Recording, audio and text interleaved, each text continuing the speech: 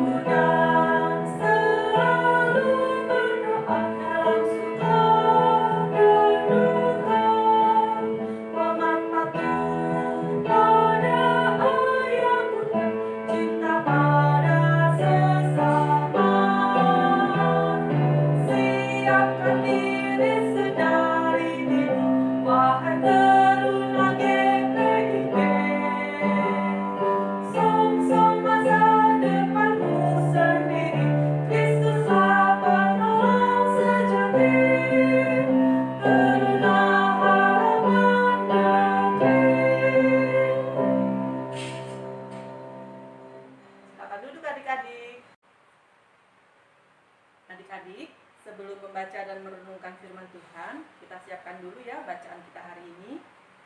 Bacaan kita hari ini terambil dari Perjanjian Lama, Kitab Keluaran, pasal 7, ayat 7 sampai 13. Keluaran pasal 7, ayat 7 sampai ke 13. Sudah siap semua? Kalau sudah siap, kita berdoa ya. Mari kita satu dalam doa.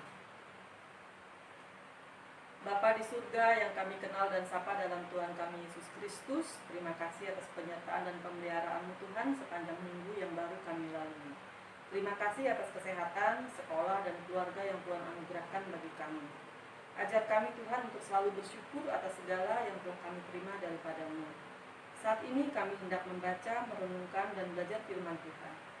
Sucikan hati kami dari dosa-dosa kami agar kami dilayakkan untuk memahami firman Tuhan dan melakukannya dalam kehidupan kami. Usir segala kuasa kegelapan dan suara-suara lain di hati kami ya Tuhan, agar hanya suara Tuhan yang berbicara kepada kami. Berkati Kak Janis yang menyampaikan firman Tuhan, agar semua yang disampaikan hanya berasal dari Tuhan saja.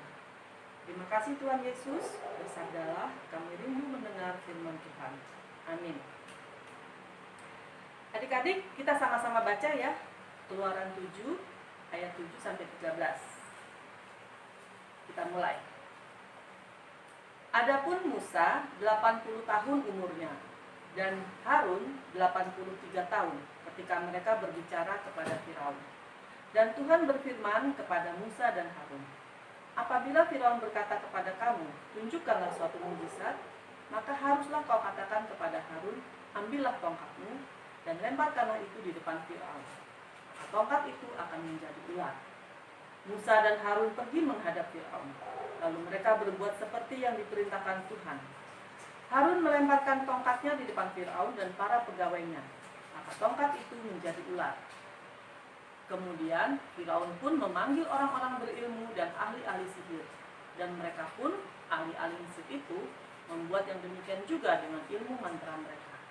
Masing-masing mereka melemparkan tongkatnya. Dan tongkat-tongkat itu menjadi ular. Tetapi tongkat Harun menelan tongkat-tongkat mereka.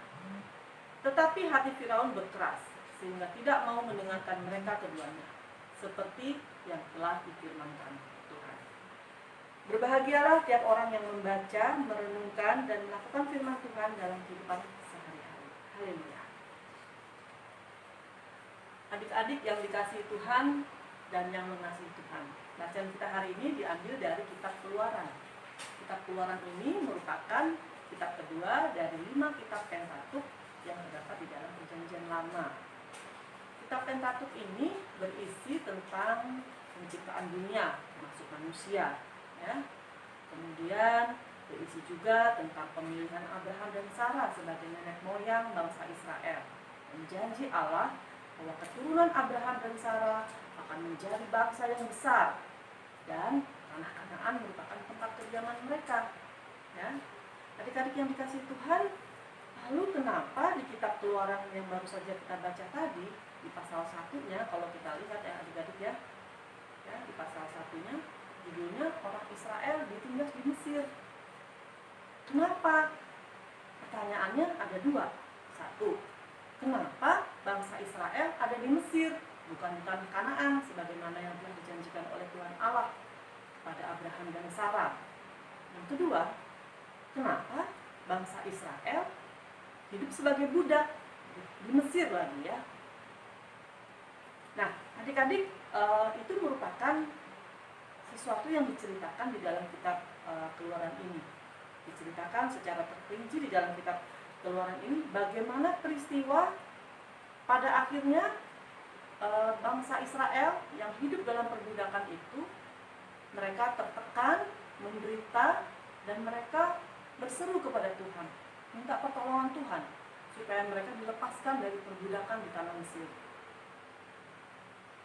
Peristiwa keluarnya bangsa Israel dari tanah Mesir kembali menuju ke tanah mereka, tanah Kanaan, itulah yang disebut dengan keluaran atau Exodus, ya.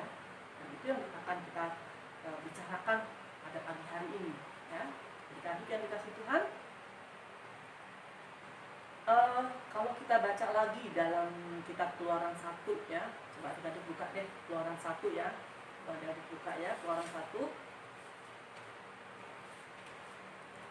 ayat yang ke-11, 12, 13, 16, dan 22, ya. Ayat-ayat itu nanti adik-adik bisa baca sendiri. Di situ dikatakan bahwa setelah bangsa Israel tinggal di Mesir cukup lama, ya, pada saat itu bangsa Israel ada di Mesir karena apa? Itu tanah Kanaan ada bahaya kelaparan di zamannya Bapak Yakub, ya, dengan anak-anaknya termasuk Yusuf, ya.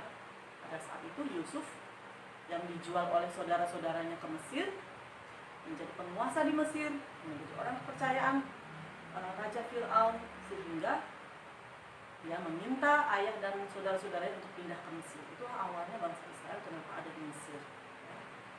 Setelah Yusuf mati, raja-raja pengganti Firaun yang terdahulu tidak lagi mengenal siapa itu Yusuf, ya. Akhirnya mereka melihat nih orang Mesir, Raja Firaun yang saat itu sedang berkuasa, mereka lihat bangsa Israel jumlahnya semakin lama semakin banyak, ya adik-adik, ya.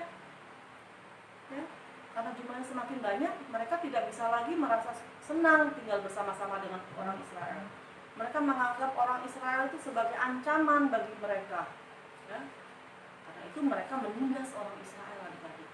Mereka memperlakukan orang-orang Israel itu sebagai budak, ya, kerja paksa, bayar dengan uang yang sedikit, mereka kerja keras, ya, seperti itu.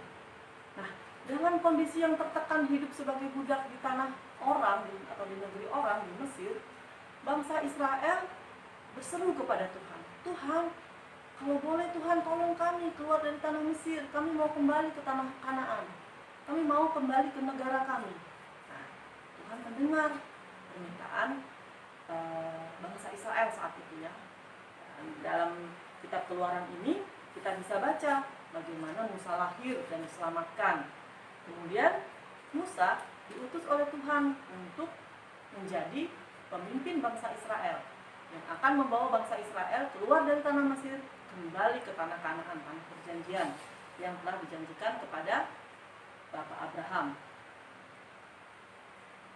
Nah, adik-adik, bacaan yang kita baca tadi ya di Keluaran 7 ayat 7 sampai 13 tadi isinya mengenai apa? Coba adik-adik lihat lagi ya. Musa dan Harun, dikatakan Musa umurnya 80 tahun, Harun umurnya 83 tahun. Sudah tua ya, itu usia opung kita ya, atau opa kita, usia 80 dan 83 tahun, tidak muda lagi. Musa dan Harun diutus oleh Tuhan untuk menjadi pemimpin bangsa Israel yang akan kembali ke tanah Kanaan. Nah, sebelum mereka kembali, sebelum mereka berhasil keluar, Musa diperintahkan Tuhan, Musa dan Harun diperintahkan oleh Tuhan untuk menghadap Raja Fir'aun. Nah, ini udah kedua kalinya Musa datang ke Raja Fir'aun untuk minta izin membawa bangsa Israel keluar dari tanah Mesir menuju ke Kanaan. Kali pertama kita bisa baca di Keluaran pasal 5, Musa menghadap Firaun. Hasilnya apa? Bangsa Israel bukannya diizinkan keluar dari Mesir, tapi justru semakin ditindas. Nah, kali yang kedua di pasal yang ke-6 ini tadi ya, dan pasal yang ke-6 ayat yang ke-27 sampai Keluaran 7 yang tadi kita baca, dikatakan bahwa Musa menghadap Firaun. Jadi ini sudah kedua kalinya Musa diperintahkan oleh Tuhan untuk menghadap Raja Firaun untuk menyampaikan agar bangsa Israel diizinkan keluar dari tanah Mesir untuk kembali ke negara mereka, ke tanah Kanaan. Ya, kita baca tadi di situ ya adik-adik ya, Musa usianya sudah cukup lanjut dan Tuhan mengatakan kepada Musa dan Harun, apabila Firaun berkata kepada kamu, tunjukkanlah suatu mukjizat ya di ayat ke-9, maka Musa dan Harun disuruh mengambil tongkat dan dilemparkan ke depan Firaun, dan tongkat itu akan menjadi ular. Nah, selanjutnya adik-adik yang kita baca tadi terjadi kan, mukjizat terjadi, tongkat berubah menjadi ular ya. Nah, apa yang terjadi setelah melihat itu Firaun? Apa yang dilakukan oleh Firaun adik-adik? Firaun bukannya percaya lalu membiarkan bangsa Israel untuk kembali atau keluar dari Mesir, kembali ke tanah Kanaan. Tidak. Dia justru memanggil orang-orang berilmu dan ahli-ahli sihirnya. Mereka lakukan hal yang sama. Mereka bisa melakukan hal yang sama. Tapi ya, tongkat-tongkatnya itu, tongkat-tongkatnya ahli-ahli sihir dan orang-orang berilmu itu tadi dimakan sama tongkatnya Harun. Di sini mau menunjukkan apa adik-adik? Ya. Allah lebih hebat, lebih dahsyat kuasanya dibanding dengan ilmu dari orang-orang dan ahli-ahli sihir yang ada di kerajaan Mesir pada saat itu. Tapi meskipun melihat itu, Raja Firaun tetap berkeras, nggak boleh, bangsa Israel nggak boleh keluar dari tanah Mesir, nggak boleh pergi, ya, tetap harus di situ. Nah, selanjutnya kalau kita baca di ayat-ayat selanjutnya, Tuhan memberikan tulah, ada 10 tulah ya tadi ya, 10 tulah, dan pada akhirnya setelah 10 tulah itu diberikan, bangsa Israel diizinkan pergi. Nah, adik-adik sebetulnya apa sih yang mau kita pelajari ya dari bacaan kita pada hari ini? Yang pertama yang kita pelajari dari kisah ini adalah Allah memilih Musa dan Harun untuk menjadi utusannya dalam memimpin bangsa Israel keluar dari Mesir. Allah memimpin dan memperlengkapi Musa dan Harun dengan kuasa dan mukjizatnya yang ajaib dan dahsyat. Kemudian hal yang kedua adalah dalam menjalankan tugasnya sebagai utusan Allah, Musa dan Harun menghadapi tantangan-tantangan. Apa aja coba tantangannya itu? Tadi ya yang kita udah baca dan kita dengarkan bersama ya. Pertama, tantangan yang datang dari dalam diri Musa dan Harun itu sendiri. Tantangan secara fisik ya, bahwa mereka tidak muda lagi. Kemudian Musa dikatakan Musa tuh orang yang tidak pandai bicara ya. Yang kedua, hal yang kedua tantangan yang dihadapi oleh Musa dan Harun adalah datang dari bangsa Israel itu sendiri. Bangsa Israel itu adalah bangsa yang keras kepala adik-adik, bangsa yang sulit untuk dipimpin ya. bandel gitu ya, tanda kutip ya, bandel ya. Kemudian tantangan yang ketiga datang juga dari Firaun yang mengeraskan hati, tidak mengizinkan bangsa Israel kembali ke tanah Kanaan. Nah, kemudian hal yang ketiga yang bisa kita pelajari dari bacaan kita pada pagi hari ini adalah kuasa Allah melebihi kuasa dari dewa-dewa Mesir. Sihir-sihir mereka dikalahkan oleh Allah. Nah, ini mengajarkan kepada kita bahwa kita harus selalu mengandalkan Tuhan yang lebih dahsyat dari kuasa manapun dalam menghadapi tantangan sesulit apapun.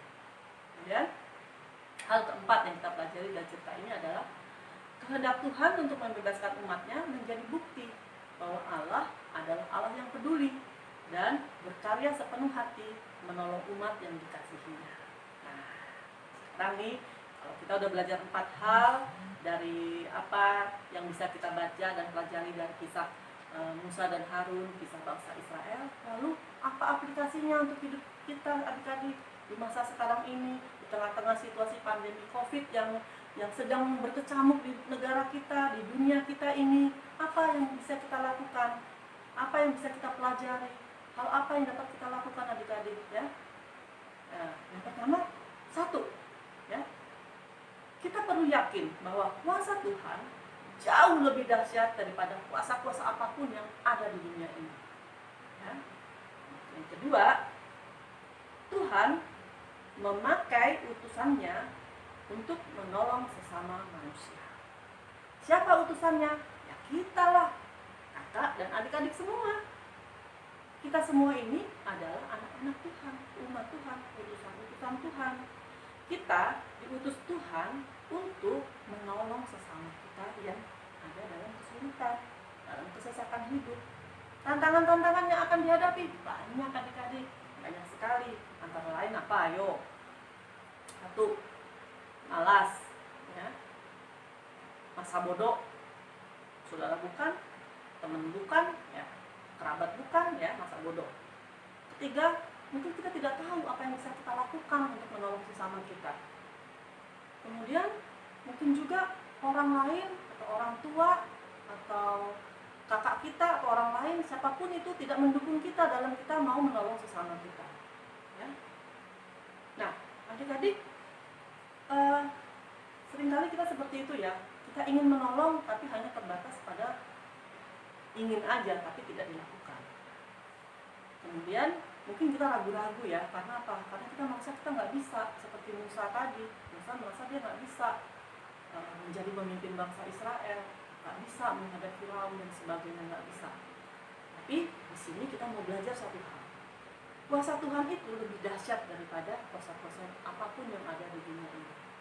Dan kuasa Tuhan yang dahsyat itu bisa kita alami jika kita menjadikan Tuhan Yesus sebagai sahabat kita dan kita selalu mematuhi perintahnya serta menjauhi semua yang tidak dikehendaki oleh Tuhan. Ya, apa aja tuh yang tidak dikehendaki Tuhan? Banyak ya adik-adik ya. Seperti apa?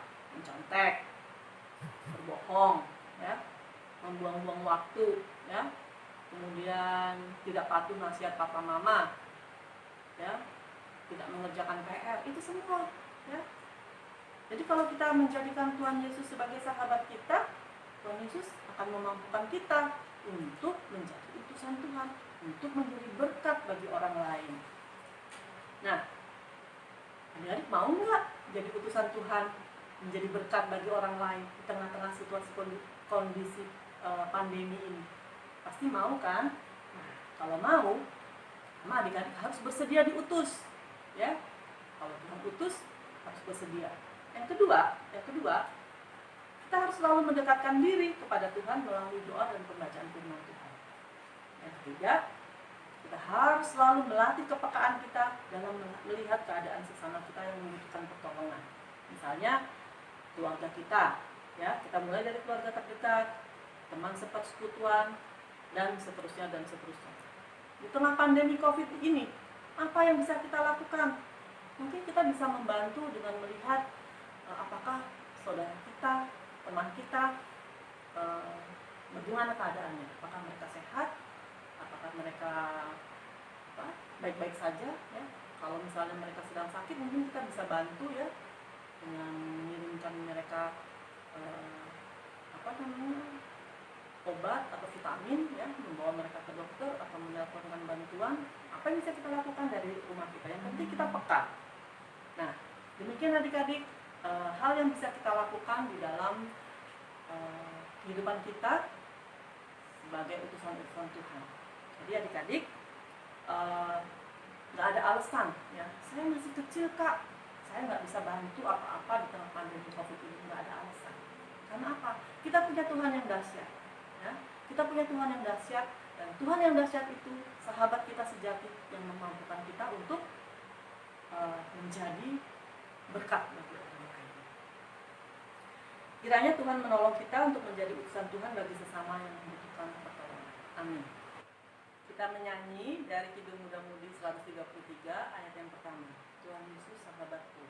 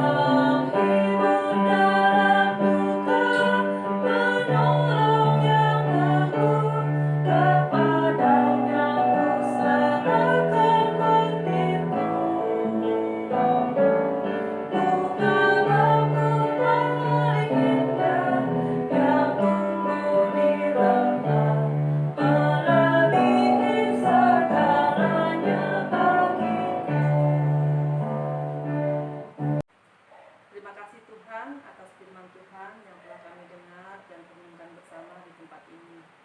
Terima kasih Tuhan kalau kami boleh belajar dan kami boleh mengerti bahwa kuasa Tuhan lebih besar dan dahsyat dari kuasa apapun yang ada di muka bumi ini.